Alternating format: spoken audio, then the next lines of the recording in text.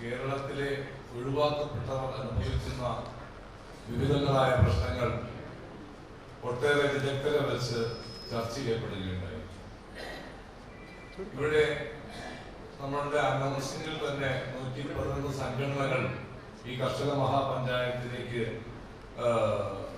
സഹകരിക്കുന്നതിനായി വന്നിരുന്നു എന്നാണ് നമ്മൾ അറിയിച്ചിട്ടുള്ളത്. കേരളത്തെ സംബന്ധിച്ച് ഈ പറയുന്ന 111 സംഘടനകൾ അല്ലെങ്കിൽ ഞാനൊക്കെ പറയുന്ന 300ഓളം സംഘടനകൾ ഓരോ പഞ്ചായത്തിലും ഓരോ വാർഡിലും ഉണ്ടാകുന്ന പ്രാദേശിക പ്രശ്നങ്ങളെ അടിസ്ഥാനമാക്കി രൂപപ്പെടുന്ന ആ വിഷയാധിഷ്ഠിത സംഘടനകളാണ് എന്നുള്ളതാണ് കേരളം നേരിടുന്ന കർഷക അല്ലെങ്കിൽ ഈ പറയുന്ന ഉടമസ്ഥത അല്ലെങ്കിൽ ഒഴിവാക്കപ്പെട്ടവർ നേരിടുന്ന പ്രതിസന്ധി എന്നാണ് ഞങ്ങൾ മനസ്സിലാക്കുന്നത്. ഇവിടെ നമ്മൾ ഇന്നലെ മുതൽ ചർച്ച ചെയ്തപ്പോ നമ്മൾ ഭരണകൂടത്തിന്റെ വൈകല്യങ്ങൾ ചൂണ്ടിക്കാട്ടി, നമ്മൾ തെരഞ്ഞെടുക്കപ്പെടുന്ന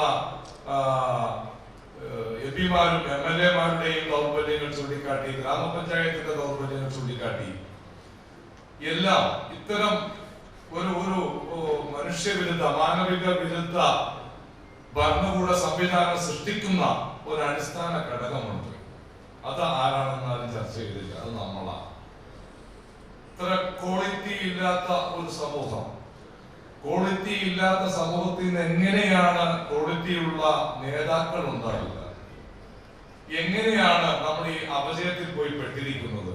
നമ്മുടെ ലോകത്ത് തന്നെ ഏറ്റവും ഉന്നത നിലവാരത്തിലുള്ള വിദ്യാഭ്യാസം, പ്രത്യേകിച്ച് കഴിഞ്ഞ 30 വർഷക്കാലം കൊണ്ട് ഏറ്റവും ഉയർന്ന നിലവാരത്തിലുള്ള വിദ്യാഭ്യാസം അഭ്യസിപ്പിച്ച ഇത്ര പ്രബുദ്ധരെന്ന് അവകാശപ്പെടുന്ന ലോകത്തിലെ ഏക സ്റ്റേറ്റ് കേരളമാണ്.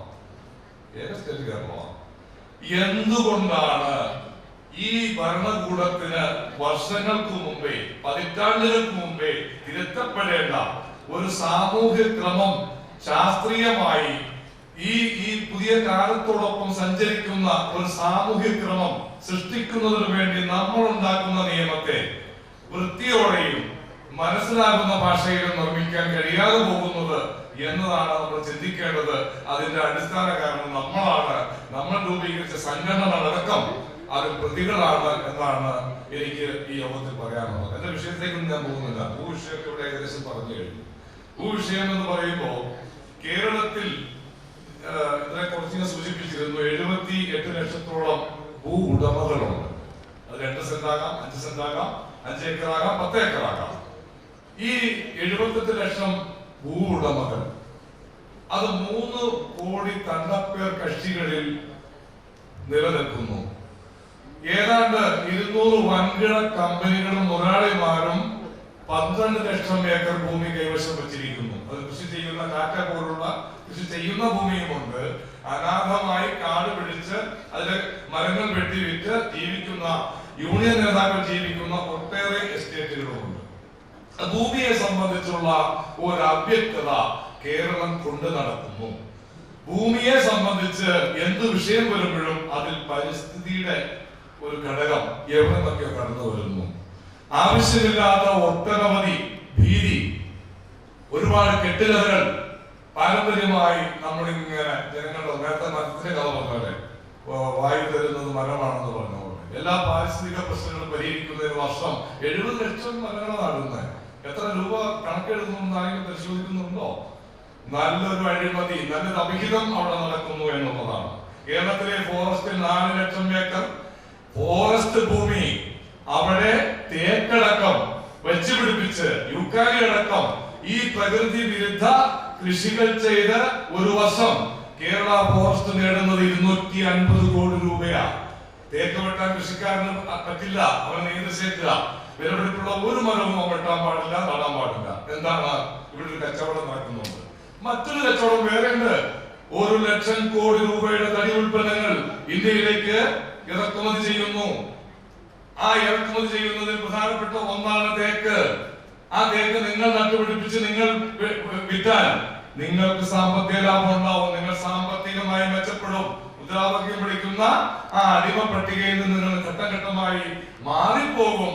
അത് തന്നെയല്ല, 1 ലക്ഷം കോടിയുടെ തടി ഇറക്കുമതി ചെയ്യുന്നതിൽ മുഖ്യ പങ്കാളിത്തം കേരളത്തിലെ പല പൗര പ്രമുഖരിലൂടെയാണ് നടക്കുന്നത്. ഈ ഏറ്റവും വലിയ ഒരു അവിഹിതം ഈ തടി വെട്ടാൻ പാടില്ല, നടാൻ പാടില്ല എന്ന് പറയുന്നതിന് പിന്നിൽ ഒരു വലിയ സാമ്പത്തിക അജണ്ടയുണ്ടെന്നും കൂടി ഈ അവസരത്തിൽ ഞാൻ പറഞ്ഞു പോവുകയാണ്.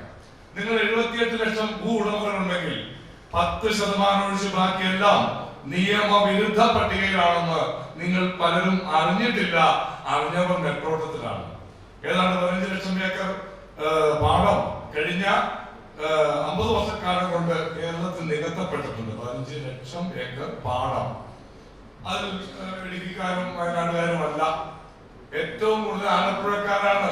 ഇടുക്കിക്കാരുടെ നേരെ എപ്പോഴും തെറ്റിദ്ധാരണ നോക്കുന്ന ജില്ലയാണ് ആലപ്പുഴ, തിരുവനന്തപുരം.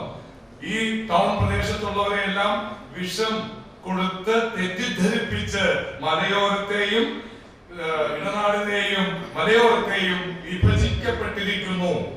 അവിടെ ഉണ്ടാവുന്ന അതിക്രമങ്ങളെ ഇവിടെ കൈയടിച്ച് പാസ്സാക്കുന്നു. ഒരു വന്യജീവി ഒരാളെ കൊന്നാൽ അത് കാട് വെട്ടിത്തെളിച്ചാണെന്ന് അവനെ പറഞ്ഞു പഠിപ്പിക്കുന്നു. അവന്റെ നടപ്പാത കൈയേറിയിരിക്കുന്നു പഠിപ്പിക്കുന്നു. അങ്ങനെ തെറ്റിദ്ധാരണ ഉണ്ടാക്കി കേരളത്തിന്റെ മനസ്സിനെ വിഭജിക്കപ്പെട്ടിരിക്കുന്നു. അതോടൊപ്പം നമ്മുടെ ഭൂമി അവസാനിക്കാൻ പോകുന്നു, ലോകം അവസാനിക്കാൻ പോകുന്നു എന്ന് ഭീതി പരത്തിക്കൊണ്ടേയിരിക്കുന്നു. പരത്തുന്നവർ അവരുടെ ഡ്യൂട്ടി നിങ്ങൾ മനസ്സിലാക്കണം. ഉൽപാദന പ്രക്രിയയിൽ പങ്കുള്ളവരെയെല്ലാം മാഫിയകളാക്കി. രാജ്യത്ത് എന്തെങ്കിലും തൊഴിൽ നിങ്ങൾ ചെയ്യുന്നുണ്ടോ, 10 പേർക്ക് തൊഴിൽ കൊടുക്കുന്നുണ്ടോ, നിങ്ങൾ മാഫിയ പട്ടികയിൽ. 3.25 ലക്ഷം അവർ ചീഫ് സെക്രട്ടറിയുടെ ഒരു മാസത്തെ ശമ്പളം മാത്രം. ഒരു 6.5 ലക്ഷമെങ്കിലും എഴുതുന്നുണ്ട് പല കാര്യത്തിന്. യാത്രാഭത്ത, മറ്റത് കിടപ്പ്, ഇരിപ്പ്, കാറ്. 6.5 ലക്ഷം. അത്തരം ഇന്ന് പോന്നാൽ ഏതാണ്ട് 1.25 ലക്ഷം വരുന്ന അധ്യാപക വിഭാഗങ്ങൾ. ഒരു കുടുംബത്തിൽ 2 സ്റ്റാഫ് 3.5 ലക്ഷം. പെൻഷൻ പറ്റിയ അമ്മ അച്ഛനുണ്ടെങ്കിൽ അത് കിട്ടി 2. മക്കൾക്ക് വീണ്ടും ജോലി പരമ്പരാഗത. നമ്മുടെ ഈ ചില ജോലിയൊക്കെ പരമ്പരാഗത. IAS മക്കൾ IAS, പ്രത്യേകിച്ച് ജഡ്ജിമാര്. സുപ്രീം കോടതി ജഡ്ജിമാര് ആണോ മക്കൾ ജഡ്ജി ആയിരിക്കും. ഒരു വിവരവും വേണ്ട, ഒരു ചരിത്രബോധവും വേണ്ട.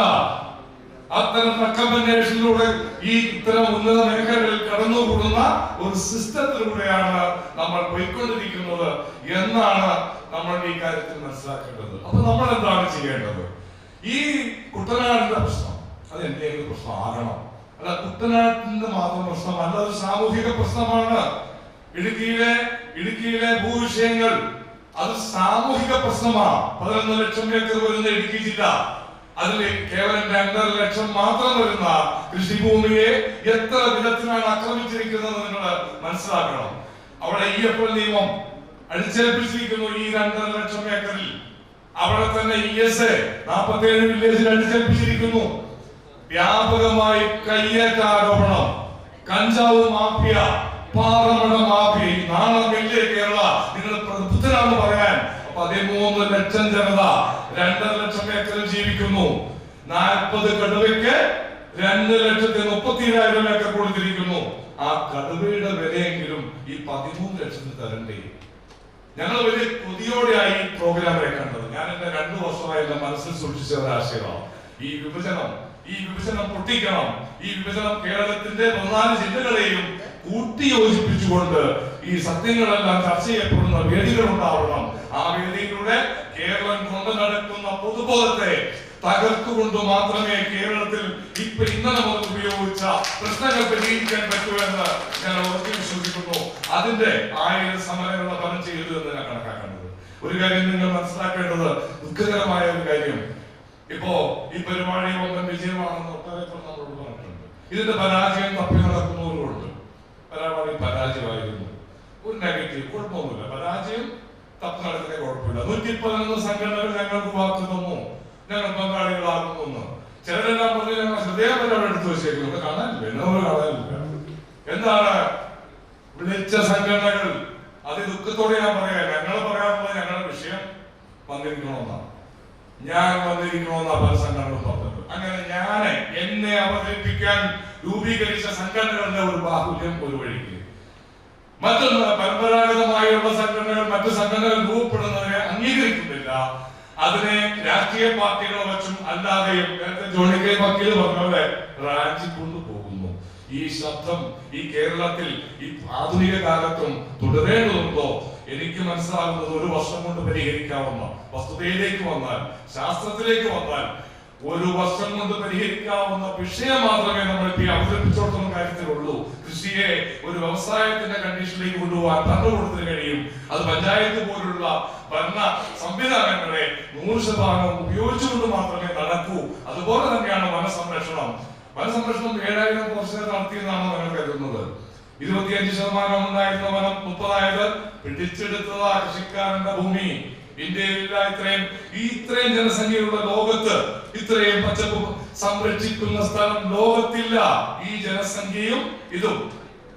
അപ്പോ ആഗോളതലത്തിൽ 15 പേരാണ് സ്ക്വയർ കിലോമീറ്റർ ജീവിക്കുന്നത്. അവിടെ പോലും ഇത്രയും വനം സംരക്ഷിക്കുന്നില്ല. ആഗോളതലത്തിൽ നിങ്ങൾ കണക്കെടുത്തു.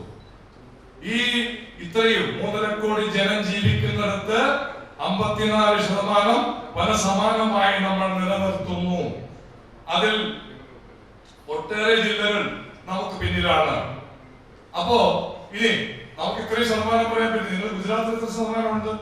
10 സംസ്ഥാനങ്ങൾ 10% താഴ്ന്ന പച്ചപ്പില്ല. വനം പോട്ടെ, വനമില്ല, നിരത്തി. എത്ര വലിയ ഘോരമായ ഖനനമാണ് ഗുജറാത്തിലടക്കം പോകാൻ. ഒട്ടനവധി സംസ്ഥാനത്ത് ഭൂമിയെ തുറന്ന നിങ്ങൾ ഉപയോഗിക്കുന്ന ഒട്ടനവധി വസ്തുക്കൾ ഇങ്ങോട്ട് എത്തുന്നത് ഇല്ലേ? നിങ്ങൾക്ക് പരാതിയുണ്ടോ? അവിടെ പരിസ്ഥിതിവാദികളില്ലേ? എന്നിട്ട് എവിടെ ഈ കേരളത്തിന്റെ കുറച്ച് ഭൂപ്രദേശത്ത് മാത്രം പരിസ്ഥിതി പറഞ്ഞ് എത്രമാത്രം നാശമാണ്? ഇവിടെ ആരെങ്കിലും നിക്ഷേപത്തിൽ വരുമോ? ഇവിടെ വലിയ അംഗീകാര അനുമതി വാങ്ങിച്ച് കോടിക്കണക്കിന് രൂപ മുടക്കി റിസോർട്ടുകൾ ഉണ്ടാക്കി. നിങ്ങൾ പറഞ്ഞു അത് കയ്യേറ്റ ഭൂമിയിലാണെന്ന് അല്ലേ? ആരെങ്കിലും വിവരമുള്ളവർ ഏതെങ്കിലും ബാങ്ക് ലോൺ കൊടുക്കുമോ? സുഹൃത്തെ, ഈ 10 25 കോടിയുടെ റിസോർട്ടിന് കൊടുക്കുവോ? ഇന്ന് ഞങ്ങൾ പാറയ്ക്ക് തമിഴ്നാട്ടിൽ പോണം. പശ്ചിമഘട്ടത്തിന്റെ അങ്ങേ തലയ്ക്ക് ഇവിടെയുള്ള മുതലാളിമാർ, ഈ സ്റ്റേറ്റ് ഭരിക്കുന്ന രാഷ്ട്രീയ നേതാക്കൾ തുടങ്ങിയിട്ടുള്ള പാറക്കോറിൽ നിന്ന് 100 കണക്കിന് കിലോമീറ്റർ കൊണ്ടുവരുന്ന പാറ വേണം ഞങ്ങൾക്ക് തൊഴുത്തു പണിയാൻ. എവിടെ പരിസ്ഥിതിക്കാര്? അതിന്റെ ഉടമകൾ തപ്പ് ഇവിടെയുണ്ട്. പിന്നെ എങ്ങനെ ഇവിടെ പൊട്ടിക്കും? മുതലാളി ഇവിടെ ഇരിക്കുക, തമിഴ്നാട്ടിൽ നിന്ന് നല്ല സേവനം ചെയ്തുകൊണ്ടിരിക്കുക, എന്നിട്ട് ഇവിടെ പൊട്ടിക്കണമെന്നോ? അപ്പൊ പാറ പൊട്ടിച്ചാലുള്ള പാരിസ്ഥിതിക പ്രശ്നം തമിഴ്നാട്ടിലില്ല. നമ്മുടെ പുതിയ കപ്പൽ നമ്മുടെ എന്താ ഇപ്പൊ തുടങ്ങിയിട്ട് വിഴിഞ്ഞം അവിടെ വരുന്ന ഏറ്റവും വലിയ കപ്പലിന് ഒരു മണിക്കൂർ 4000 ലിറ്റർ ഡീസൽ കത്തിക്കണം. എത്രയായി? 10,000 കിലോ കാർബൺ ഡൈ ഓക്സൈഡ് മണിക്കൂർ ഒരു കപ്പല്. ആർക്കെങ്കിലും പരാതി ഉണ്ടോ? പരിസ്ഥിതി തടയാൻ പറ്റുമോ? തമിഴ്നാടിന്റെ പാറയെ തുളച്ച് കേരളത്തിന്റെ ഇടുക്കി ഡാമിന്റെ അടിയിലേക്ക് ഒരു സാധനം കൊണ്ടുവന്നിട്ടുണ്ട്. എന്താണ് സാറേ? കണിക പരീക്ഷണം. എത്ര 3-4 കിലോമീറ്റർ പാറ തുറന്ന് ഇടുക്കിയുടെ ഈ പശ്ചിമഘട്ടത്തിന്റെ ഉള്ളിലേക്ക് തുറന്നു കയറിയിരിക്കുന്നു. ഒരു പരിസ്ഥിതിക്കാരനും പരാതിയില്ല. എന്റെ തൊഴുത്തു പണിയുന്നതാണ് പ്രശ്നം. എന്റെ തൊഴുത്തു പണിയുന്നതാണ് പ്രശ്നം. അപ്പൊ ആ തരത്തിലുള്ള അത്തരത്തിൽ പഠന വിധേയമല്ലാതെ ആകാശത്തേക്ക് വയ്ക്കുന്ന വെടികൾ കേരളം അവസാനിപ്പിക്കണം. നിങ്ങൾ വാ, നിങ്ങൾ കയ്യേറ്റം കാണിക്കുക. കഴിഞ്ഞ 3 പതിറ്റാണ്ടാവൊക്കെ പറയുന്നു കേരളത്തിൽ കയ്യേറ്റം. ഞാൻ കാണിക്കാം. ചട്ടലംഘനത്തിലല്ലാതെ ഒരു കെട്ടിടം തിരുവനന്തപുരത്ത് കാണിച്ചാൽ നിങ്ങൾ പറയുന്നോണ്ട് ജീവിതം മുന്നോട്ട് ഞാൻ നയിക്കാം. ചട്ടലംഘനത്തിനും കയ്യേറ്റമല്ലാതെ എറണാകുളത്തുണ്ടോ? പാടം 15 ലക്ഷം നിരത്തി ഞാൻ പറഞ്ഞായിരുന്നു. പാടവും വനവുമായിട്ടുള്ള വ്യത്യാസം നിങ്ങൾക്കറിയാവോ? പരിസ്ഥിതിയിൽ 1 ഏക്കർ പാടം പകരം വെക്കണമെങ്കിൽ 6 ഏക്കർ വനം വേണം. 6 ഇരട്ടി പ്രാധാന്യമുള്ള 15 ലക്ഷം പാടം നികത്തിയ കേരളം മലയോരക്കാരുടെ നേരെ വിരൽ ചൂണ്ടുന്നു. സഹിക്കാൻ പറ്റില്ല. പരിസ്ഥിതിയിൽ 1-ാം സ്ഥാനം കടലാണ്, 2-ാം സ്ഥാനം കായലാണ്, 3-ാം സ്ഥാനം പാടമാണ്. 4 ഉള്ളൂ സുഹൃത്തെ. ഈ വനം എത്ര ഇങ്ങോട്ട് വരുന്നോ അതൊക്കെ അതികൂടിയ കമ്പനി അടിച്ച് ആവാസ വ്യവസ്ഥയ്ക്ക് വേണം വേണ്ടെന്ന് ഞാൻ പറയുന്നില്ല. ചില അശാസ്ത്രീയ വാദങ്ങൾ വഴി നിയമക്കുരുക്കുകൾ ഞങ്ങൾക്ക് സൃഷ്ടിക്കുന്നു. കേരളത്തിലെ കൃഷിമന്ത്രി ഞങ്ങളുടെ ഈ 24 വന്യജീവി സങ്കേതങ്ങൾക്ക് 10 കിലോമീറ്റർ ബഫർ വേണമെന്ന് ചെന്നൈ ഗ്രീൻ ട്രിബ്യൂണലില് കേസ് കൊടുത്തേക്കും. കൃഷിഭൂമി അത് കൃഷിമന്ത്രിയാണ്. കൃഷിക്കാരെ സംരക്ഷിക്കണം, അവരുടെ ഭൂമി സംരക്ഷിക്കണം തന്നെയാണ് പറഞ്ഞത്. ഇവിടെ വനമുണ്ടാക്കണമെന്നാണ് പി പ്രസാദ് പറഞ്ഞത്. അയാളെയും നമ്മൾ കൃഷിമന്ത്രിയാക്കി. ഇതെങ്ങനെ പോകും? കേരളം എങ്ങനെ പോകും? ഇപ്പൊ ഡാമുകൾക്ക് ബഫർ ഭ്രാന്താണ്. കേരളത്തിന്റെ അധികാര കേന്ദ്രങ്ങൾ ഭ്രാന്തന്മാരുടെ കൈകളിൽ പെട്ടിരിക്കുന്നു. ഇത് തിരുത്തിക്കാനുള്ള സംവിധാനം നമുക്കുണ്ടാക്കാം. നമുക്ക് പരിസ്ഥിതിയെ കുറിച്ച് ചർച്ച ചെയ്യാം. അതുകൊണ്ടാണ് KP ഏരിയാസ് എന്ന് വെച്ചത്. ഇനി പരിസ്ഥിതി കൂടിയായിട്ട് ഞങ്ങൾ പോകുള്ളൂ. ബഹുമാനായ വണ്ണത്ത് വൺലൈഫ് എന്നുള്ള സംഘടനയുടെ പ്രതിനിധികൾ ഇവിടെയുണ്ട്. നിങ്ങൾ തീർച്ചയായിട്ടും നിങ്ങൾക്ക് ഇവിടെ അവസരം കിട്ടിയിട്ടില്ലെങ്കിൽ ഞങ്ങൾ ഉറപ്പായിട്ടും പറയുന്നു, പകുതി ചെലവ് ഞങ്ങൾ എടുത്തോളാം. നിങ്ങൾ എത്ര വലിയ വിദഗ്ധരെയും വിളിച്ചോ, തെളിവിന്റെയും ശാസ്ത്രത്തിന്റെയും അടിസ്ഥാനത്തിൽ ചെയ്തത് ശരിയോ തെറ്റോ എന്ന് പരിശോധിക്കുന്ന വേദി വെച്ചാൽ പകുതി പണം മുടക്കി ഞങ്ങൾ വേദി തരാം. ആര് വേണമെങ്കിലും അന്താരാഷ്ട്ര ലെവലിൽ വേണമെങ്കിലും വിളിച്ചോ, ഞങ്ങൾ വിളിക്കാം, നമുക്ക് സംവദിക്കാം. ഇപ്പൊ ഈ പരിപാടിയിൽ പല വിദഗ്ധരും വിട്ടുപോയിട്ടുണ്ട്. ഞങ്ങൾ വിളിച്ച സി ജോർജ് ഉണ്ട്. എവിടെ? എന്താണ് ഭയപ്പെടുന്നത്? ഭരണകൂടം എന്താണ് ഈ പരിപാടിയെ പേടിയോടെ കാണുന്നത്? നിങ്ങൾ രാഷ്ട്രീയ അടിത്തറ നടക്കുമോ? ശരിയല്ല എന്ന് മാത്രമാണ്. ജോസ് കെ മാണി മാത്രമേ ഇവിടെ എത്തിയിട്ടുള്ളൂ. ഞങ്ങൾ വിളിച്ച എല്ലാ പാർട്ടിയുടെ ആളുകളെയാണ്. ബഹുമാനായ ബിനോയ് വിശ്വമായി നേരിട്ട് ചർച്ച ചെയ്ത് ഈ സത്യമുഖയിൽ പങ്കെടുക്കുമെന്ന് ഉറപ്പ് പറഞ്ഞതാണ്. നിങ്ങൾ ഓർക്കും, ഇത് യുഡിഎഫിനോടും ഒരു ബന്ധവും ഈ സംഘാടനത്തിനില്ല. 114 സംഘടനകളിൽ ബഹുഭൂരിപക്ഷവും ഈ കാര്യത്തിൽ 100 സംഘടനകളും ആത്മാർത്ഥമായി ഒരു സഹകരണം തന്നു എന്ന് പറയാൻ കഴിയില്ല. ഇതിന് ഒട്ടേറെ സാമ്പത്തിക ചെലവുണ്ടായിരുന്നു. ഒന്നും അന്വേഷിച്ചില്ല. നിങ്ങൾക്ക് എവിടെ നിന്നായിരിക്കും പൈസ? ഇപ്പൊ പരിസ്ഥിതിക്കാരാണ് പറയും മാനവനക്കാരാണെന്ന്, മനസ്സിലായോ? ഇല്ലെങ്കിൽ എന്താ റിസോർട്ട് മാഫിയാണെന്ന്. ഇത് ഇവരുടെ സ്ഥിരം പതിവാണ്. നിങ്ങൾ വസ്തുത പറയുക. നിങ്ങൾ ആ മാഫിയ, ഈ മാഫിയ, നിങ്ങൾ വരൂ. ഞങ്ങൾ ഓപ്പണായിട്ടല്ലോ വന്നേക്കുന്നത്. ഞങ്ങൾ ചിലപ്പോൾ പൈസ ആരോടും മേടിക്കും. പണം എന്നുള്ളത് നിയമപരമായി രാജ്യത്ത് ചെയ്യുന്ന പണിയല്ലേ. മാറണം നടത്തുമ്പോൾ 34 പരിസ്ഥിതി നിയമം നോക്കിയിട്ടാണ് നടത്തുന്നത്.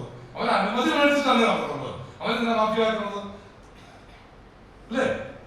ആ തടി വ്യാപാരം നടത്തുന്നവർ എങ്ങനെ മാഫിയാവുന്നത്? രാജ്യത്തെ തടി വ്യാപാരം എത്ര കോടി രൂപ കേരളത്തിൽ സംഭാവന ചെയ്തെന്ന് അറിയാമോ? 2.5 ഏക്കർ വരുന്ന ഒരു സ്ഥാപനത്തെ ഞാൻ പരിശോധിച്ചു. എനിക്കൊരു സ്വപ്നമില്ല, എനിക്കിപ്പോ പദ്ധതിയില്ല, താല്പര്യമില്ല. 2.5 ഏക്കറിൽ പ്രവർത്തിക്കുന്ന ഒരു റിസോർട്ട് ഞാൻ പരിശോധിച്ചു. ഒരു മാസം അത് 15 ലക്ഷം രൂപ കേരള സർക്കാരിന് നികുതി തരുന്നുണ്ട്. ഒരു വർഷം കോടിക്കണക്കിന് രൂപ വിദേശത്ത് കിടക്കുന്ന സായിപ്പിനെ കൊണ്ടുവന്ന് അവന്റെ പോക്കറ്റ് അടിച്ച് രാജ്യത്തേക്ക് വെക്കുന്നുണ്ട്. ഈ പറയപ്പെടുന്ന 5 ലക്ഷത്തിൽ 3 ലക്ഷം പരിസ്ഥിതിവാദികളാണ്. ഏതായി 3 ലക്ഷം 10 ലക്ഷം മേടിക്കണേ. നിങ്ങൾ എന്ത് സംഭാവനയാണ് ഈ രാജ്യത്തിന് നൽകിയത്? നിങ്ങൾ നൽകിയ വിദ്യാഭ്യാസം ഈ രാജ്യത്തെ നല്ലൊരു ക്രമത്തിൽ കൊണ്ട് എത്തിക്കാൻ പറ്റിയോ? നല്ലൊരു സമൂഹത്തെ കെട്ടിപ്പടുക്കാൻ പറ്റിയോ? എന്നിട്ട് ഞങ്ങൾക്ക് നേരെ നിങ്ങൾ കവിത എഴുതുന്നു. കവിത എഴുതുന്നവിടെ വെച്ചാ ദുബായി പോയ വിമാനത്തിൽ 2 ലക്ഷം വിമാനം അന്തരീക്ഷത്തിൽ പറക്കുന്നു. അതിൽ കവികൾപ്പായുള്ള 60% ടൂറിസ്റ്റുകൾ കേരളത്തിൽ നിന്ന്. അവൻ വന്നിട്ട് അവിടെ ഇരുന്ന് പരിസ്ഥിതി ഞങ്ങൾക്ക് അടിക്കുന്നു. നമ്മൾ വിദേശത്ത് പോയിട്ടില്ല സുഹൃത്തെ. അതുകൊണ്ട് നിങ്ങളുടെയൊക്കെ ജീവിതത്തിന്റെ ഒരാഴ്ച ഞങ്ങൾക്ക് തരൂ. ഞങ്ങളും ജീവിതം എല്ലാം അറിയട്ടെ. ഇങ്ങനെ ഉപദ്രവിച്ച് വേദനിപ്പിച്ച് പെണ്ണിനെ കെട്ടിക്കാൻ പണമില്ല, 10 സെന്റ് വിൽക്കാൻ നിവൃത്തിയില്ല സുഹൃത്തെ. അവരൊക്കെ ദുരിത കയറ്റിൽ നീയൊക്കെ ഉണ്ടാക്കിയ നിയമം വെച്ച് എന്നിട്ട് സങ്കീർണമാത്രേ. നിയമം സങ്കീർണമാണ്, ഒത്തിരി പരിശോധിക്കണം. AG പോലുള്ള എത്ര വിവരദോഷികളെയാണ് 130 അഡ്വക്കേറ്റ്സിനെയാണ് കേരള ഹൈക്കോടതി നിയമിച്ചേക്കുന്നത്. എത്ര കോടിയാണ് കൊടുക്കുന്നത് എന്ന് നിയമം അറിയാം. നിയമം അറിഞ്ഞാൽ പോരാ, നീതി അറിയണം. ആ നീതിയോടൊപ്പം ഒരു സാമൂഹിക ക്രമം ഇവിടെ എങ്ങനെ നിൽക്കുന്നു അറിയണം, ചരിത്രം അറിയണം, ഇതെല്ലാം അറിയണം. ഉണ്ടോ? കേരള ഹൈക്കോടതിയിൽ 1000കണക്കിന് ഹർജികൾ കെട്ടിക്കിടക്കണോ? ഈ അപ്പുറത്ത് പറഞ്ഞ നിയമം ഉണ്ടാക്കി 4000 കേസാ സുപ്രീം കോടതിയിൽ. പോകാൻ പറ്റുമോ? സുപ്രീം കോടതി നിങ്ങൾക്ക് ചിന്തിക്കാൻ പറ്റുമോ? അവിടുത്തെ തുക എന്താണെന്ന് അറിയാമോ? ഒരു സിറ്റിംഗ് 25 ലക്ഷം അത് കൊടുക്കാൻ പറ്റും. എന്നിട്ട് നിങ്ങൾ നിയമത്തിന്റെ വഴിക്ക് പോകും. ഞങ്ങൾ നിയമമാണ്. ആരുടെ നിയമം? ഞങ്ങൾ ഉൾക്കൊള്ളുന്ന നിയമം വേണം. ഞങ്ങളാണ് ഈ രാജ്യത്ത് നിയമസഭ ഉണ്ടാക്കുന്നത്. ഞങ്ങളാണ് ഈ രാജ്യത്ത് നിങ്ങൾക്ക് തള്ളിത്തരുന്ന പൈസ ഉണ്ടാക്കി തരുന്നത്. എന്നിട്ട് ഞങ്ങളെ കൊഞ്ഞനം കുത്തുമ്പോ ഞങ്ങൾ അധ്വാനിക്കുന്നതിൽ 80% അടിച്ചു മാറ്റുന്നു. 80%. ഇവിടെ 2024 കണക്കൊക്കെ 8 ലക്ഷം ആധാരമാണ്. കേരളത്തിൽ 90% ആധാരം ചെയ്ത് നോക്കിയ കുട്ടി വില 1 ഏക്കറിന് 1 കോടി കുറയണം. എല്ലാവർക്കും 1 കോടിയാണ്. ഈ 1 കോടി രൂപ നിങ്ങൾക്ക് തന്നു. 10% സർക്കാർ അപ്പം തന്നെ വാങ്ങിച്ചെടുത്തു. ആ ഭൂമിയിൽ നിനക്ക് അധികാരം എന്ന് പറയാൻ നിങ്ങൾക്ക് എന്താ അധികാരം? ആരാണ് ഇങ്ങനെ ദൈവത്തിന്റെ ജാതി നിങ്ങളെ ഏൽപ്പിച്ചത്? നിങ്ങൾ അങ്ങനെ ഏൽപ്പിച്ചോ? ഒരു സമൂഹം അത് നല്ല രീതിക്ക് ഒരു സാമൂഹിക ക്രമം കെട്ടിപ്പടുക്കുന്നതിന് ഒരു പൊതുവായ ഭരണഘടനയ്ക്ക് കീഴിൽ കുറച്ച് പേരെ നിയമിച്ചു. അല്ല രാജാവിന്റെ അധികാരമൊന്നും ഈ കക്ഷികൾ കൊണ്ടുവന്ന് വിചാരിക്കണ്ട. എല്ലാവരും നിങ്ങളെ കീഴ്വഴങ്ങി നിൽക്കുമെന്ന് കരുതുകയും വേണ്ട. പുതിയ ശബ്ദം കേരളത്തിൽ ഉണ്ടാകും, ഉറപ്പായിട്ടും ഉണ്ടാകും. ഉണ്ടാക്കും ഞങ്ങൾ. പുതിയ അവബോധം സൃഷ്ടിക്കും. നിന്റെ ഡ്യൂട്ടി എന്താണ്? സേവനമാണെന്ന് ഞങ്ങൾ ലോകത്തോട് പറയും. വില്ലേജെല്ലാം പറഞ്ഞ സാറേ, നിന്റെ പട്ടയത്തിൽ ചെറിയ സംശയം ഉണ്ടല്ലോ, 27 തരാം, ഒന്ന് കരടച്ചാട്ടെ. എന്ത് ഗതികേടാത്? ഉടക്ക് പറഞ്ഞോ? അവൻ തരില്ല. നേരെ ഹൈക്കോടതി 50,000. കരം കെട്ടാനേ, ഒരു രാജ്യത്ത് കരം കെട്ടാൻ 78 ലക്ഷം പട്ടയക്കാരുണ്ടെന്ന് ഞാൻ പറഞ്ഞു. പട്ടയം ഇല്ലാത്ത 15 ലക്ഷമുണ്ട്.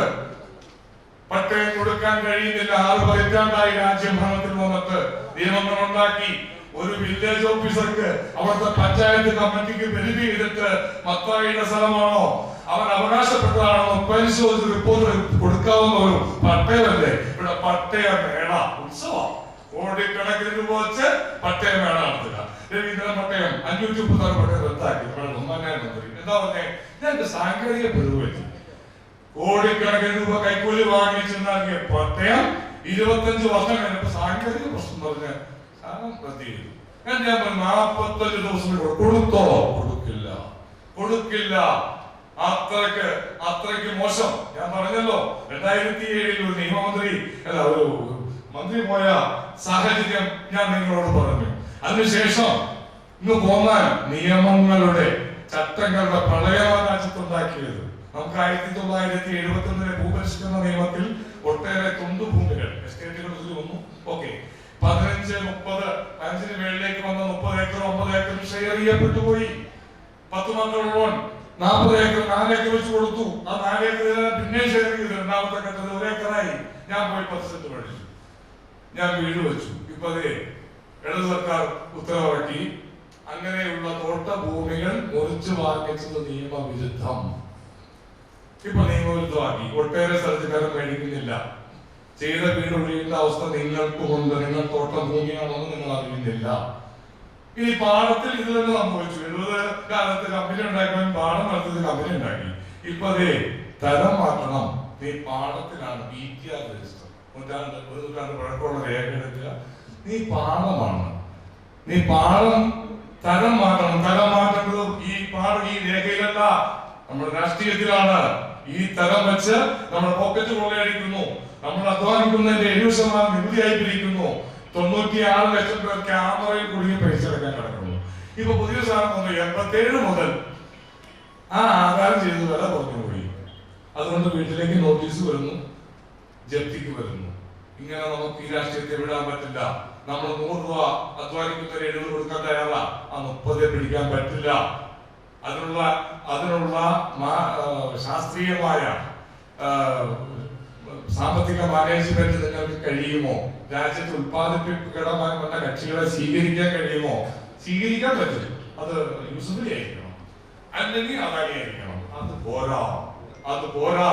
ഈ രാജ്യത്ത് സാധാരണക്കാർക്ക് 10 പേർക്ക് തൊഴിൽ കൊടുക്കാവുന്ന ലക്ഷക്കണക്കിന് തലച്ചോറുള്ളവരുണ്ട്. അവൻ തമിഴ്നാട് പോകണോ, ആന്ധ്രയിൽ പോകണോ, കർണാടകയിൽ പോകണോ, സ്റ്റേറ്റ് വിട്ടു പോകണോ?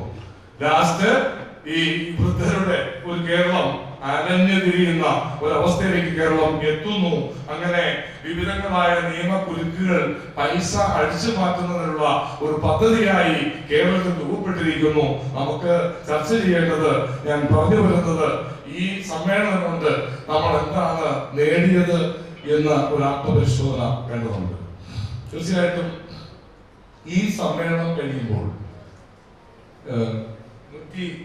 111 സംഘടനകളുടെ എന്ന് പറഞ്ഞെങ്കിൽ പോലും എല്ലാവരും ഉണ്ടെന്ന് ഞാൻ കരുതുന്നില്ല. 111 അല്ലെങ്കിൽ 10 ആയിക്കോട്ടെ, ഒരു 10 ആയാലും മതി. പക്ഷെ നമുക്ക് നമ്മുടെ പ്രശ്നങ്ങളെ അഡ്രസ് ചെയ്യാൻ, കേരളത്തിന്റെ പ്രശ്നങ്ങൾ കൂട്ടായി ചർച്ച ചെയ്യാനും മനസ്സിലാക്കാനും മുന്നോട്ട് വരുന്ന സംഘടനകൾ ഒറ്റക്കെട്ടായി നിൽക്കാനും അത് തിരുത്തിക്കാനും ഞാൻ മണ്ണത്തുകൊണ്ടേക്കിന് സഹിത വിളിക്കുന്നത് കേട്ടോ. ഞങ്ങൾ ഓർമ്മ ഉണ്ടാക്കിയിട്ടുണ്ട്. മണ്ണത്തുകൊണ്ടേക്ക് 2 ഉണ്ട് കേരളത്തിൽ. ഒന്ന് ഞങ്ങളുടെയാണ്. ഞങ്ങൾ ജീവിക്കാൻ വേണ്ടിയുള്ള വണ്ണത്തിൽ അവരുടെ വാദത്തെ തെറ്റ് പറയുന്നില്ല. കാരണം അവർ ആർജിച്ച പൊതുബോധം അതായിരിക്കും. അപ്പൊ നമുക്ക് ചർച്ച ചെയ്യാം. തിരുത്തേണ്ടത് ഞങ്ങളാണ് തിരുത്തും. അല്ല, നിങ്ങളാണെങ്കിൽ തിരുത്താൻ തയ്യാറുണ്ടോ? ഈ ചോദ്യം നിങ്ങളോട് മാത്രമല്ല, ഹരീഷ് വാസുദേവ് അടക്കം CR നീലകണ്ഠൻ അടക്കം 5 ദിവസം നീണ്ട ഒരു ചർച്ച ഞങ്ങളുമായിട്ട് നടത്തിയിട്ടുണ്ട്. ആ 5 ദിവസത്തിൽ CR നീലകണ്ഠൻ തത്വത്തിൽ ഞങ്ങളുമായിട്ടുള്ള ധാരണ ഉണ്ടായത്, അതായത് കേരളം എങ്ങനെ പോകണമെന്ന് ഞങ്ങൾ പരസ്പരം ഒരു ധാരണ ഉണ്ടാക്കി. തർക്കമുള്ള വിഷയത്തിൽ ശാസ്ത്രീയമായ കാര്യം വെച്ച് തീർപ്പാക്കാൻ ഹരീഷ് വാസുദേവന് 2 വിട്ടുകൊടുത്തു. പുള്ളി കാസർഗോഡ് പോയിട്ട് ഇത് കറക്റ്റ് സൊല്യൂഷൻ എത്താന്ന് പറഞ്ഞ ആൾ പിന്നെ ഫോൺ എടുത്തിട്ടില്ല. ഞാൻ ഈ യോഗത്തിലേക്ക് വിളിച്ചിരുന്നു. അദ്ദേഹം പറഞ്ഞു ഞാൻ ഇവിടെ ഇല്ല, വന്നാൽ എനിക്ക് സംസാരിക്കാനൊന്നുമില്ല. അങ്ങനെ പറയണ്ടേ, നമുക്ക് സംസാരിക്കാം. ആശയവിനിമയത്തിലൂടെ അല്ലേ നമ്മൾ ഈ ലോകത്ത് ഇങ്ങനെ എത്തിയത്. മറ്റേ ചുമ്മാ കാട്ടി കിടന്ന വെറും തുണിയും കൊളാറുണ്ടാകുന്ന ആഫ്രിക്കയിൽ കിടന്ന ഐറ്റങ്ങളല്ലേ. നമ്മൾ ഈ പുരോഗതിയിലേക്ക് എത്തിയത് ആശയവിനിമയത്തിലൂടെയാണ്. ആ ആശയവിനിമയത്തിൽ പോക്ക് ചെയ്യുന്നു. നമുക്ക് ഇരിക്കാം. ഞങ്ങൾ അക്രമകാരികളല്ല, ഞങ്ങൾ തികച്ചും ഗാന്ധിയന്മാരാ. സമാജത്തിലെ കട്ടിപ്പിടിക്കുക മാത്രമേ ഉള്ളൂ. നമുക്ക് ഇരിക്കാം. കേരളത്തിന്റെ പൊതുബോധത്തിന് വേണ്ടി നമുക്ക് കൂട്ടായി നിൽക്കാം. തീർച്ചയായിട്ടും ഈ സംഘടനകൾ വരുന്ന വർഷം ഒരു കർഷക മഹാപഞ്ചായത്ത് എല്ലാ അർത്ഥത്തിലുമുള്ള ഒരു പഞ്ചായത്ത് ആക്കി കൂടണം. ഈ സമ്മേളനത്തിൽ തീരുമാനമുണ്ടാകണമെന്നാണ് എനിക്ക് ഈ സമ്മേളനത്തോട് പറയാനുള്ളത്. അതിനിടയിൽ നമുക്ക് എല്ലാ ജില്ലയിലുമുള്ള പ്രതിനിധികൾ പങ്കെടുത്തിട്ടുണ്ട്. ചില പോയിട്ടുണ്ട്, പക്ഷെ ഇന്ന് പകരം വന്നിട്ടുണ്ട്. നമുക്ക് ഈ സംഘടനകളെ എല്ലാം കൂടി വെച്ചിട്ട് ഒരു വർഷത്തെ പ്രവർത്തന പദ്ധതി തയ്യാറാക്കാം. ഒരു വർഷം നീണ്ടു നിൽക്കുന്ന അത് വെച്ചിട്ട് നമുക്ക് എന്ത് നേടാൻ കഴിഞ്ഞു? നേടാൻ കഴിഞ്ഞില്ലെങ്കിൽ കാരണം കണ്ടെത്തണം.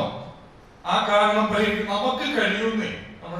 ഞങ്ങളുടെ ഒരു പ്രോകാരി കാട്ടിക്കൂടി നടന്ന കക്ഷി അതാ ചോദിച്ചേട്ടാ, അദ്ദേഹം പറഞ്ഞത് 7 ആളുകളുടെ കൂടെ നിൽക്കാമോ? ഞാൻ ലോകം കീഴടക്കാൻ ചില 7 ആൾ നിശ്ചയദാർഢ്യമുള്ള ആളുകൾ കൂടിച്ചേർന്നാൽ ഈ രാഷ്ട്രം നിങ്ങളൊന്നും പഠിക്കണ്ട. ഒത്തിരി സിസ്റ്ററിന്റെ അട്ടിമറിച്ച രാജ്യം ചെക്കുവര പറഞ്ഞൊരു വാക്കാണ്. നിങ്ങൾ 7 ആൾ നിൽക്കാമോ? ഈ ലോകത്തെ മാറ്റിമറിച്ചു തരാൻ ഞാൻ എന്ന് പറഞ്ഞ വാക്ക്, ആ ആത്മവിശ്വാസം, ആ ആർജവം നിങ്ങൾ എടുത്താൽ കേരളത്തിന്റെ രാഷ്ട്രീയം തിരുത്തും. ഇല്ലെങ്കിൽ കേരളത്തിന്റെ രാഷ്ട്രീയത്തെ നമ്മൾ തിരുത്തണം. അത്ര സിസ്റ്റമൊക്കെ ഉള്ളൂ. വലിയ സെറ്റപ്പ് ഒന്നുമില്ല. നിങ്ങൾ കണ്ടില്ലേ ശ്രീലങ്കയില് തിരഞ്ഞെടുക്കപ്പെട്ട ഗവൺമെന്റ് പോയ വഴിയുണ്ടോ? അവിടുത്തെ പ്രതിപക്ഷ നേതാവിന്റെ വലിയ അടിയുണ്ടോ? ബംഗ്ലാദേശിൽ തിരഞ്ഞെടുക്കപ്പെട്ട തിരഞ്ഞെടുക്കപ്പെട്ടവരല്ലേ ജനം നിശ്ചയിക്കുന്നതുമില്ല.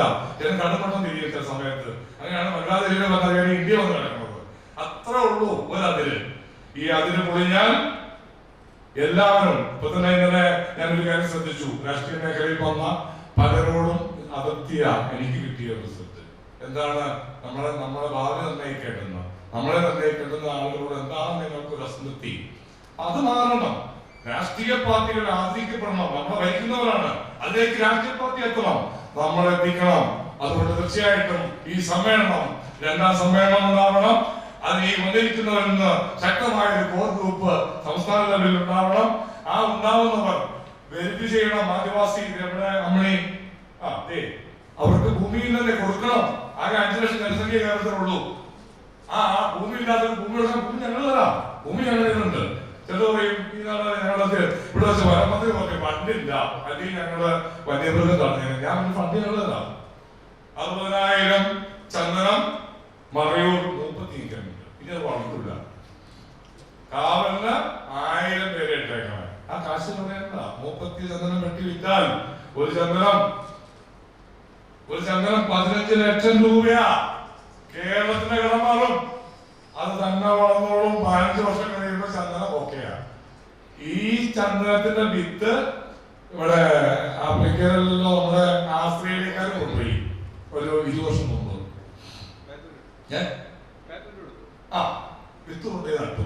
ഇന്ന് ലോകത്ത് 6000 കോടിയുടെ ചന്ദന ആവശ്യം നിർവഹിക്കുന്നത് ഓസ്ട്രേലിയയാണ്. എന്തിനാ? നമ്മുടെ വെല്ലുവിളി നമുക്ക് വിൽക്കാൻ പറ്റില്ല. ചന്ദനം വെട്ടാൻ പറ്റില്ല. എന്താ അതാ പറയുന്നത്? കേരളത്തിന്റെ പൊതുബോധം മാറ്റിയില്ലെങ്കിൽ നിങ്ങളുടെ സർവനാശത്തിലെത്തും. നിങ്ങളുടെ മക്കൾ നിങ്ങളെ ഉപേക്ഷിക്കും. അവൻ യൂറോപ്പിലും സെറ്റിൽ ചെയ്യും. വേണമെങ്കിൽ വിട്ടിട്ട് അങ്ങോട്ട് പോന്നേക്കാൻ പറയും. നീ ജീവിച്ച സംസ്കാരവും നീ ജീവിച്ച ചുറ്റുപാടും നിനക്ക് ഭാവിയിൽ കിട്ടില്ല. അത് അമൂല്യമാണ്. അത് നഷ്ടപ്പെടുത്തിക്കൊണ്ടുള്ള ഒരു മരണമായിരിക്കും നിങ്ങൾക്കെല്ലാം വരാൻ പോകുന്നത് എന്ന മുന്നറിയിപ്പ് നൽകിക്കൊണ്ട് ഈ സമ്മേളനത്തിന്റെ ആത്യന്തിക ലക്ഷ്യത്തിലേക്ക് നമുക്കെല്ലാം എത്താൻ കഴിയട്ടെ എന്ന് ആശംസിച്ചുകൊണ്ട് ഒരുപാട് ത്യാഗം ചെയ്തതും പേര് പങ്കിടാത്തതുമായ ഒരു ജോയിച്ചേട്ടണ്ടിരിക്കുന്നുണ്ട്. ഞങ്ങളുടെ നേതാവ്. പക്ഷെ പുള്ളിക്ക് പൊതുവെ വേദി ഇഷ്ടമല്ല. വളരെ കഷ്ടപ്പാടുകൾ ഈ മേഖലയിൽ സഹിക്കുന്ന ആളാണ്.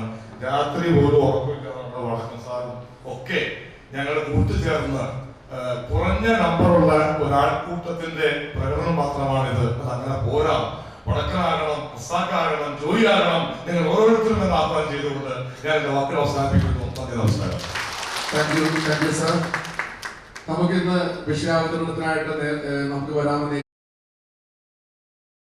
അത് കയ്യേറ്റ ഭൂമിയിലാണെന്ന് അല്ലേ? ആരെങ്കിലും വിവരമുള്ളവർ ഏതെങ്കിലും ബാങ്കിൽ ലോൺ കൊടുക്കുമോ സുഹൃത്തെ? ഈ 10-25 കോടിയുടെ റിസോർട്ടിന് കൊടുക്കുവോ? ഇന്ന് ഞങ്ങൾ പാറയ്ക്ക് തമിഴ്നാട്ടിൽ പോണം.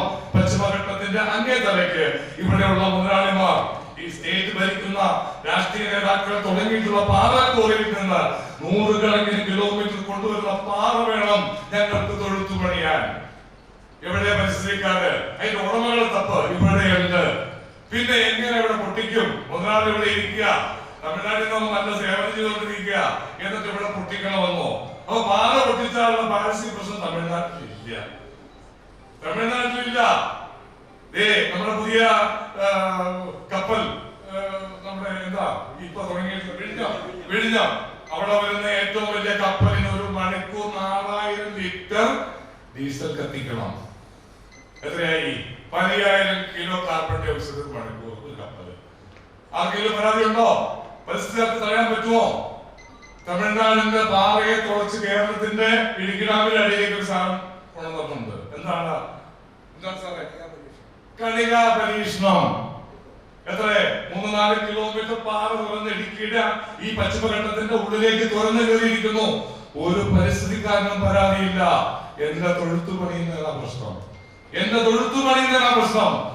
അപ്പൊ ആ തരത്തിലുള്ള അത്തരത്തിൽ പഠന വിധേയമല്ലാതെ ആകാശത്തേക്ക് വയ്ക്കുന്ന വെടികൾ കേരളം അവസാനിപ്പിക്കണം. നിങ്ങൾ കയ്യേറ്റം കാണിക്കുക. കഴിഞ്ഞ 3 പതിറ്റാണ്ടാളൊക്കെ പറയുന്നു കേരളത്തിൽ കയ്യേറ്റം. ഞാൻ കാണിക്കാം. ചട്ടലംഘനത്തിലല്ലാതെ ഒരു കെട്ടിടം തിരുവനന്തപുരത്ത് കാണിച്ചാൽ നിങ്ങൾ പറയുന്നോണ്ട് തന്നെ ജീവിതം മുന്നോട്ട് ഞാൻ നയിക്കാം. ചട്ടലംഘനത്തിനും കയ്യേറ്റമല്ലാതെ എറണാകുളത്തുണ്ടോ? പാടം 15 ലക്ഷം നിരത്തി ഞാൻ പറഞ്ഞായിരുന്നു. പാടവും വനവുമായിട്ടുള്ള വ്യത്യാസം നിങ്ങൾക്കറിയാവോ? പരിസ്ഥിതിയിൽ 1 ഏക്കർ പാടം പകരം വെക്കണമെങ്കിൽ 6 ഏക്കർ വനം വേണം. 6 ഇരട്ടി പ്രാധാന്യമുള്ള 15 ലക്ഷം പാടം നികത്തിയ കേരളം മലയോരക്കാരുടെ നേരെ വിരൽ ചൂണ്ടുന്നു. സഹിക്കാൻ പറ്റില്ല. പരിസ്ഥിതിയിൽ 1-ാം സ്ഥാനം കടലാണ്, 2-ാം സ്ഥാനം കായലാണ്, 3-ാം സ്ഥാനം പാടമാണ്. 4 ഉള്ളൂ സുഹൃത്തെ.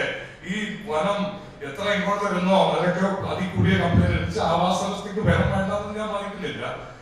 ചില അശാസ്ത്രീയ വാദങ്ങൾ വഴി നിയമക്കുരുക്കുകൾ ഞങ്ങൾക്ക് സൃഷ്ടിക്കുന്നു. കേരളത്തിലെ കൃഷിമന്ത്രി ഞങ്ങൾ ഈ 24 വന്യജീവി സങ്കേതങ്ങൾക്ക് 10 കിലോമീറ്റർ ബഫർ വേണമെന്ന് ചെന്നൈ ഗ്രീൻ ട്രിബ്യൂണലില് കേസ് കൊടുത്തേക്കും. കൃഷിഭൂമി ആള് കൃഷിമന്ത്രിയാണ്.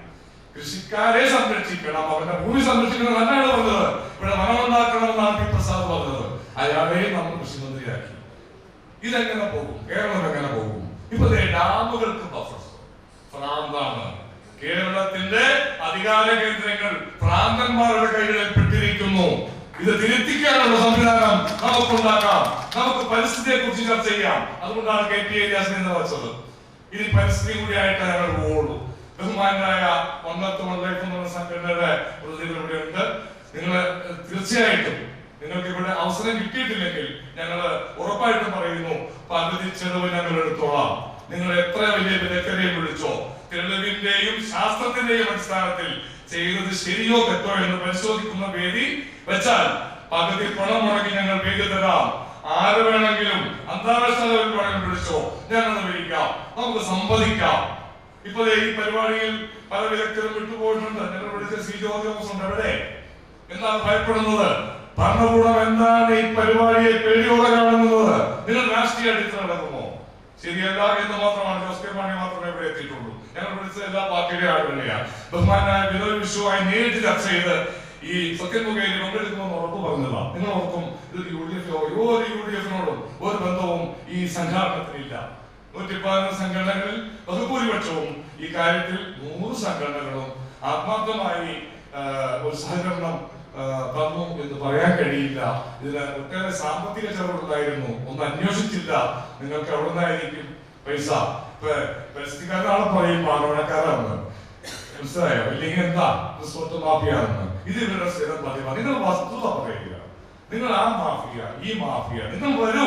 ഞങ്ങൾ ഓപ്പണായിട്ടല്ലോ വന്നേക്കുന്നത്. ഞങ്ങൾ ചിലപ്പോൾ പൈസ ആരോടും മേടിക്കും. പണം എന്നുള്ളത് നിയമപരമായി രാജ്യത്ത് ചെയ്യുന്ന പണിയല്ലേ. പാവം നടത്തുന്ന 36 പരിസ്ഥിതി നിയമം നോക്കിയിട്ടാണ് നടത്തുന്നത്. അവൻ അനുമതി മേടിച്ചിട്ടാണ് നടത്തുന്നത്. അവൻ എന്താ മാഫിയ ആക്കുന്നത് അല്ലേ? ആ തടി വ്യാപാരം നടത്തുന്നവർ എങ്ങനെ മാഫിയാവുന്നത്? രാജ്യത്തെ തടി വ്യാപാരം എത്ര കോടി രൂപ കേരളത്തിൽ സംഭാവന ചെയ്തെന്ന് അറിയാമോ? 2.5 ഏക്കർ വരുന്ന ഒരു സ്ഥാപനത്തെ ഞാൻ പരിശോധിച്ചു. എനിക്കൊരു സ്വപ്നമില്ല, എനിക്കിപ്പോ പദ്ധതിയില്ല, താല്പര്യമില്ല. 2.5 ഏക്കറിൽ പ്രവർത്തിക്കുന്ന ഒരു റിസോർട്ട് ഞാൻ പരിശോധിച്ചു. ഒരു മാസം അത് 15 ലക്ഷം രൂപ കേരള സർക്കാരിന് നികുതി തരുന്നുണ്ട്. ഒരു വർഷം കോടിക്കണക്കിന് രൂപ വിദേശത്ത് കിടക്കുന്ന സായിപ്പിനെ കൊണ്ടുവന്ന് അവന്റെ പോക്കറ്റ് അടിച്ച് രാജ്യത്തേക്ക് വെക്കുന്നുണ്ട്. ഈ പറയപ്പെടുന്ന 5 ലക്ഷം, 5 ലക്ഷത്തിൽ 3 ലക്ഷം പരിസ്ഥിതിവാദികളാണ്. അതായത് 3 ലക്ഷം 10 ലക്ഷം പഠിക്കണം. നിങ്ങൾ എന്ത് സംഭാവനയാണ് ഈ രാജ്യത്തിന് നൽകിയത്? നിങ്ങൾ നൽകിയ വിദ്യാഭ്യാസം ഈ രാജ്യത്തെ നല്ലൊരു ക്രമത്തിൽ കൊണ്ട് എത്തിക്കാൻ പറ്റിയോ? നല്ലൊരു സമൂഹത്തെ കെട്ടിപ്പടുക്കാൻ പറ്റിയോ? എന്നിട്ട് ഞങ്ങൾക്ക് നേരെ നിങ്ങൾ കവിത എഴുതുന്നു. കവിത എഴുതുന്നവിടെ വെച്ചാ ദുബായി പോയ വിമാനത്തില് 2 ലക്ഷം വിമാനം അന്തരീക്ഷത്തിൽ പറക്കുന്നു. അതിൽ കവികൾപ്പായുള്ള 60% ടൂറിസ്റ്റുകൾ കേരളത്തിൽ നിന്ന്. അവൻ വന്നിട്ട് അവിടെ ഇരുന്ന് പരിസ്ഥിതി ഞങ്ങൾക്ക് അടിക്കുന്നു. നമ്മൾ വിദേശത്ത് പോയിട്ടില്ല സുഹൃത്തെ. അതുകൊണ്ട് നിങ്ങളുടെയൊക്കെ ജീവിതത്തിന്റെ ഒരാഴ്ച ഞങ്ങൾക്ക് തരൂ. ഞങ്ങളും ജീവിതം എന്താ അറിയട്ടെ. ഇങ്ങനെ ഉപദ്രവിച്ച് വേദനിപ്പിച്ച് പെണ്ണിനെ കെട്ടിക്കാൻ പണമില്ല, 10 സെന്റ് വിൽക്കാൻ നിവൃത്തിയില്ല സുഹൃത്തെ. അവരൊക്കെ ദുരിത കയറ്റിൽ അനിയേക്ക് ഉണ്ടാക്കിയ നിയമം വെച്ച് എന്നിട്ട് സങ്കീർണമാത്രേ. നിയമം സങ്കീർണമാണ്, ഒത്തിരി പരിശോധിക്കണം. AG ഇപ്പോൾ എത്ര വിവരദോഷികളെയാണ് 130 അഡ്വക്കേറ്റ്സിനെയാണ് കേരള ഹൈക്കോടതി നിയമിച്ചേക്കുന്നത്. എത്ര കോടിയാണ് നിയമം കൊടുക്കുന്നത് എന്ന് നിയമം അറിയാം. നിയമം അറിഞ്ഞാൽ പോരാ, നീതി അറിയണം. ആ നീതിയോടൊപ്പം ഒരു സാമൂഹിക ക്രമം ഇവിടെ എങ്ങനെ നിൽക്കുന്നു അറിയണം, ചരിത്രം അറിയണം, ഇതെല്ലാം അറിയണം. ഉണ്ടോ? കേരള ഹൈക്കോടതിയിൽ 1000കണക്കിന് ഹർജികൾ കെട്ടിക്കിടക്കണോ?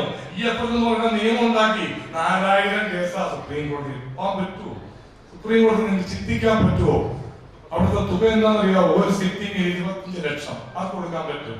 എന്നിട്ട് നിങ്ങൾ നിയമത്തിന്റെ വഴിക്ക് പോകും. ഞങ്ങൾ നിയമമാണ്. ആരുടെ നിയമം? ഞങ്ങൾ ഉൾക്കൊള്ളുന്ന നിയമം വേണം. ഞങ്ങളാണ് ഈ രാജ്യത്ത് നിയമസഭ ഉണ്ടാക്കുന്നത്. ഞങ്ങളാണ് ഈ രാജ്യത്ത് നിങ്ങൾക്ക് തള്ളിത്തരുന്ന പൈസ ഉണ്ടാക്കി തരുന്നത്. എന്നിട്ട് ഞങ്ങളെ കൊഞ്ഞനം കുത്തുമ്പോ ഞങ്ങൾ അധ്വാനിക്കുന്നതിൽ 80% അടിച്ചു മാറ്റുന്നു.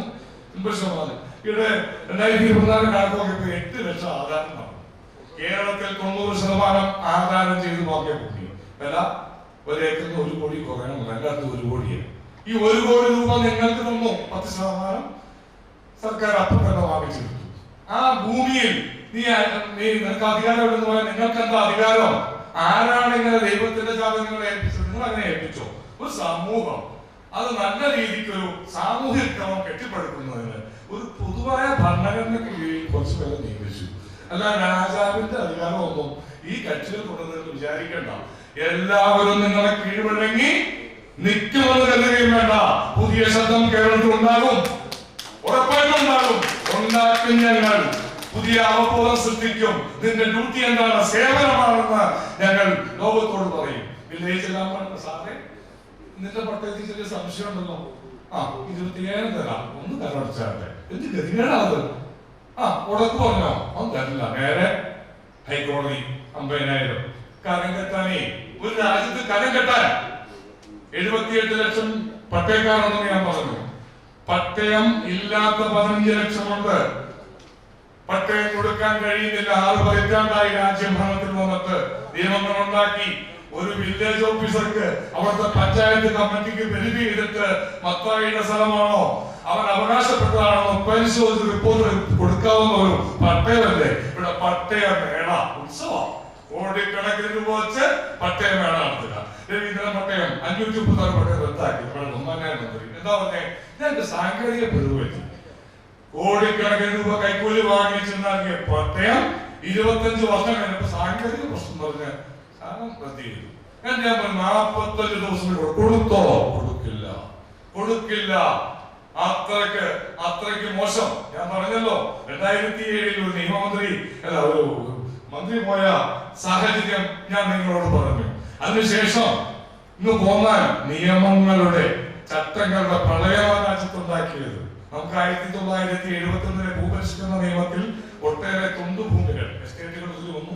ഓക്കെ, 15, 30, 5-ന് മേളിലേക്ക് വന്ന 30 ഏക്കർ 50 ഏക്കർ ഷെയർ ചെയ്യപ്പെട്ടു പോയി. 10 മക്കളുള്ളവൻ 40 ഏക്കർ 4 ഏക്കർ വെച്ച് കൊടുത്തു. ആ 4 ഏക്കർ പിന്നെ ഷെയർ ചെയ്തു. രണ്ടാമത്തെ ഘട്ടത്തിൽ 1 ഏക്കറായി.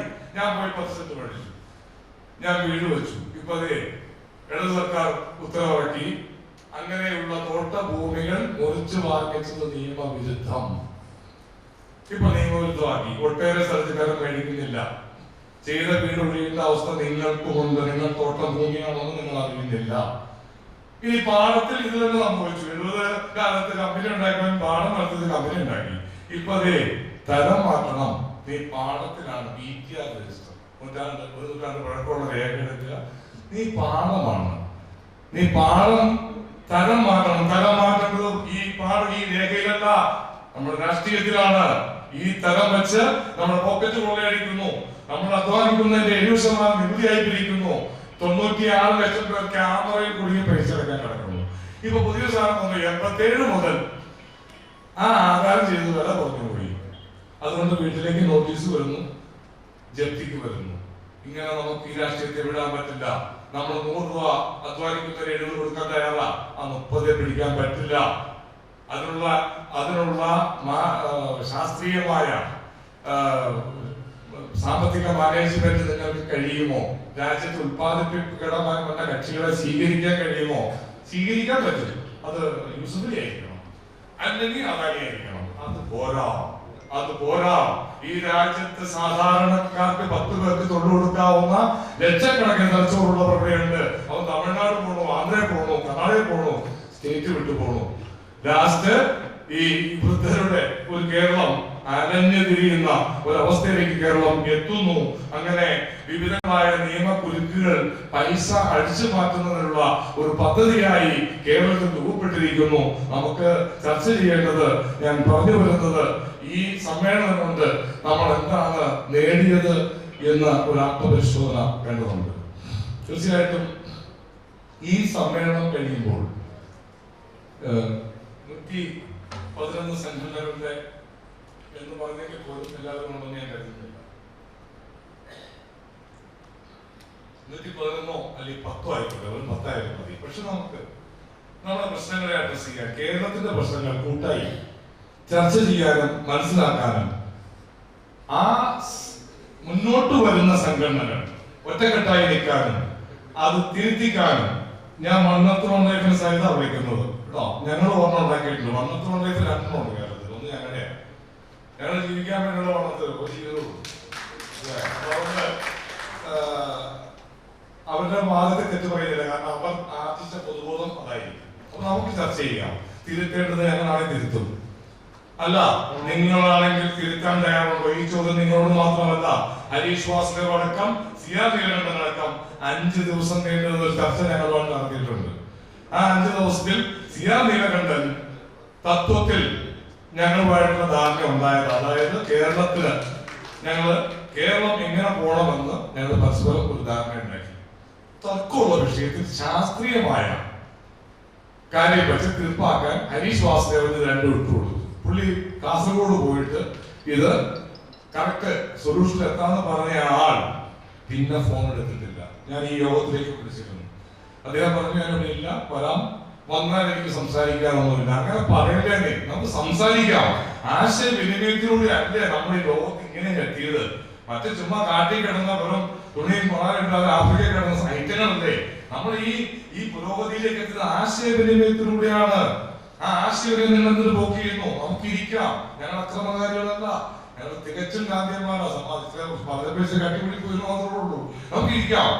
കേരളത്തിന്റെ പൊതുബോധത്തിന് വേണ്ടി നമുക്ക് കൂട്ടായി നിൽക്കാം. തീർച്ചയായിട്ടും ഈ സംഘടനകൾ വരുന്ന വർഷം ഒരു കർഷക മഹാപഞ്ചായത്ത്, എല്ലാ അർത്ഥത്തിലുമുള്ള ഒരു പഞ്ചായത്ത് ആക്കി കൂടണം. ഈ സമ്മേളനത്തിൽ തീരുമാനമുണ്ടാകണമെന്നാണ് എനിക്ക് ഈ സമ്മേളനത്തോട് പറയാനുള്ളത്. അതിനിടയിൽ നമുക്ക് എല്ലാ ജില്ലയിലുമുള്ള പ്രതിനിധികൾ പങ്കെടുത്തിട്ടുണ്ട്. ചില പോയിട്ടുണ്ട്, പക്ഷെ ഇന്ന് പകരം വന്നിട്ടുണ്ട്. നമുക്ക് ഈ സംഘടനകളെ എല്ലാം കൂടി വെച്ചിട്ട് ഒരു വർഷത്തെ പ്രവർത്തന പദ്ധതി തയ്യാറാക്കാം. ഒരു വർഷം നീണ്ടു നിൽക്കുന്ന അത് വച്ചിട്ട് നമുക്ക് എന്ത് നേടാൻ കഴിഞ്ഞു? നേടാൻ കഴിഞ്ഞില്ലേ? നേടാൻ കഴിഞ്ഞില്ലെങ്കിൽ കാരണം കണ്ടെത്തണം. ആ കാരണം പരിഹരിക്കും. നമുക്ക് കഴിയുന്നേ. നമ്മുടെ ഞങ്ങളുടെ ഒരു പ്രോകാരി കാട്ടിക്കൂടി നടന്ന കക്ഷി അതാ ചോദിച്ചേട്ടോ, അദ്ദേഹം പറഞ്ഞത് 7 ആളുകളുടെ കൂടെ നിൽക്കാമോ? ഞാൻ ലോകം കീഴടക്കാൻ ചില 7 ആൾ നിശ്ചയദാർഢ്യമുള്ള ആളുകൾ കൂടിച്ചേർന്നാൽ ഈ രാഷ്ട്രം നിങ്ങളൊന്നും പഠിക്കണ്ട. ഒത്തിരി സിസ്റ്ററിന്റെ അട്ടിമറിച്ച് രാജ്യമായത് ചെക്കുവര പറഞ്ഞൊരു വാക്കാ. നിങ്ങൾ 7 ആൾ നിൽക്കാമോ? ഈ ലോകത്തെ മാറ്റിമറിച്ച് തരാൻ ഞാൻ എന്ന് പറഞ്ഞ വാക്ക്, ആ ആത്മവിശ്വാസം, ആ ആർജവം നിങ്ങൾ എടുത്താൽ കേരളത്തിന്റെ രാഷ്ട്രീയം തിരുത്തും. ഇല്ലെങ്കിൽ കേരളത്തിന്റെ രാഷ്ട്രീയത്തെ നമ്മൾ തിരുത്തണം. അത്ര സിസ്റ്റമൊക്കെ ഉള്ളൂ. വലിയ സെറ്റപ്പ് ഒന്നുമില്ല. അതുപോലെ കണ്ടില്ലേ ശ്രീലങ്കയില് തിരഞ്ഞെടുക്കപ്പെട്ട ഗവൺമെന്റ് പോയ വഴിയുണ്ടോ? അവിടുത്തെ പ്രതിപക്ഷ നേതാവിന്റെ വലിയ അടിയുണ്ടോ? ബംഗ്ലാദേശിൽ തിരഞ്ഞെടുക്കപ്പെട്ട തിരഞ്ഞെടുക്കപ്പെട്ടവരല്ലേ? ജനം നിശ്ചയിക്കുന്നതുമില്ല. ജനം കണ്ടുപെട്ടെന്ന് തിരിയും ചില സമയത്ത്. അങ്ങനെയാണ് ബംഗ്ലാദേശിലെ ഭരണാധികാരി ഇന്ത്യ വന്ന് കിടക്കുന്നത്. അത്ര ഉള്ളൂ ഒരതിര്. ഈ അതിര് പൊളിഞ്ഞാൽ എല്ലാവരും ഇപ്പൊ തന്നെ ഇന്നലെ ഞാനൊരു കാര്യം ശ്രദ്ധിച്ചു. രാഷ്ട്രീയ മേഖലയിൽ വന്ന പലരോടും അതിർത്തിയ എനിക്ക് കിട്ടിയ റിസൾട്ട് എന്താണ്? നമ്മളെ ഭാവി നിർണ്ണയിക്കേണ്ടുന്ന, നമ്മളെ നിർണ്ണയിക്കേണ്ടുന്ന ആളുകളോട് എന്താണ് നിങ്ങൾക്ക് ഒരു അസംതൃപ്തി? അത് മാറണം. രാഷ്ട്രീയ പാർട്ടികൾ ആദരിക്കപ്പെടണം. നമ്മളെ ഭരിക്കുന്നവരാണ്. അതിലേക്ക് രാഷ്ട്രീയ പാർട്ടി എത്തണം, നമ്മൾ എത്തിക്കണം. അതുകൊണ്ട് തീർച്ചയായിട്ടും ഈ സമ്മേളനം 2ാം സമ്മേളനം ഉണ്ടാവണം. അത് ഈ വന്നിരിക്കുന്നവരിൽ നിന്ന് ശക്തമായ ഒരു കോർ ഗ്രൂപ്പ് സംസ്ഥാന ലെവലിൽ ഉണ്ടാവണം. ആ ഉണ്ടാവുന്നവർ വെരിഫൈ ചെയ്യണം. ആദിവാസി അമ്മണി അവർക്ക് ഭൂമിയിൽ തന്നെ കൊടുക്കണം. ആകെ 5 ലക്ഷം ജനസംഖ്യ കേരളത്തിലുള്ളൂ. ആ ഭൂമി ഇല്ലാത്ത ഭൂമി ഞങ്ങൾ തരാം. ഭൂമി ഞങ്ങളുണ്ട്. ചിലർ പറയും ഈ നാളെ ഞങ്ങളത് ഇവിടെ വെച്ച് വനമന്ത്രി പറഞ്ഞു ഫണ്ടില്ല, അല്ലെങ്കിൽ ഞങ്ങള് വന്യമൃഗം തടഞ്ഞു. ഞാൻ ഫണ്ട് ഞങ്ങൾ തരാം. 60,000 ചന്ദനം മറയൂർ 35 ഇനി അത് വളർത്തില്ല. കാവലിന് 1000 പേരെ ഇട്ടേക്കണം. ആ കാശ് പറയണ്ട. 30 ചന്ദനം വെട്ടി വിറ്റാൽ ഒരു ചന്ദനം 15 ലക്ഷം രൂപയാ. കേരളത്തിന്റെ കടം മാറും. അത് തന്നെ വളർന്നോളും. 15 വർഷം കഴിയുമ്പോൾ ചന്ദനം ഓക്കെയാ. ഈ ചന്ദനത്തിന്റെ വിത്ത് ഇവിടെ ആഫ്രിക്കയിലോ നമ്മുടെ ആസ്ട്രേലിയക്കാർ കൊണ്ടുപോയി ഒരു 20 വർഷം മുമ്പ്. വിത്ത് കൊണ്ടുപോയി നട്ടു. ഇന്ന് ലോകത്ത് 6000 കോടിയുടെ ചന്ദന ആവശ്യം നിർവഹിക്കുന്നത് ഓസ്ട്രേലിയയാണ്. എന്തിനാ? നമ്മുടെ വീട്ടിൽ നമുക്ക് വിൽക്കാൻ പറ്റില്ല. ചന്ദനം വെട്ടാൻ പറ്റില്ല. എന്താ അതാ പറയുന്നത്? കേരളത്തിന്റെ പൊതുബോധം മാറ്റിയില്ലെങ്കിൽ നിങ്ങളുടെ സർവനാശത്തിലെത്തും. നിങ്ങളുടെ മക്കൾ നിങ്ങളെ ഉപേക്ഷിക്കും. അവൻ യൂറോപ്പിലും സെറ്റിൽ ചെയ്യും. വേണമെങ്കിൽ വിട്ടിട്ട് അങ്ങോട്ട് പോന്നേക്കാൻ പറയും. നീ ജീവിച്ച സംസ്കാരവും നീ ജീവിച്ച ചുറ്റുപാടും നിനക്ക് ഭാവിയിൽ കിട്ടില്ല. അത് അമൂല്യമാണ്. അത് നഷ്ടപ്പെടുത്തിക്കൊണ്ടുള്ള ഒരു മരണമായിരിക്കും നിങ്ങൾക്കെല്ലാം വരാൻ പോകുന്നത് എന്ന മുന്നറിയിപ്പ് നൽകിക്കൊണ്ട് ഈ സമ്മേളനത്തിന്റെ ആത്യന്തിക ലക്ഷ്യത്തിലേക്ക് നമുക്കെല്ലാം എത്താൻ കഴിയട്ടെ എന്ന് ആശംസിച്ചുകൊണ്ട് ഒരുപാട് ത്യാഗം ചെയ്തതും പേര് പങ്കിടാത്തതുമായ ഒരു ജോയിച്ചേട്ടണ്ടിരിക്കുന്നുണ്ട്. ഞങ്ങളുടെ നേതാവ്. പക്ഷെ പുള്ളിക്ക് പൊതുവെ വേദി ഇഷ്ടമല്ല. വളരെ കഷ്ടപ്പാടുകൾ ഈ മേഖലയിൽ സഹിക്കുന്ന ആളാണ്.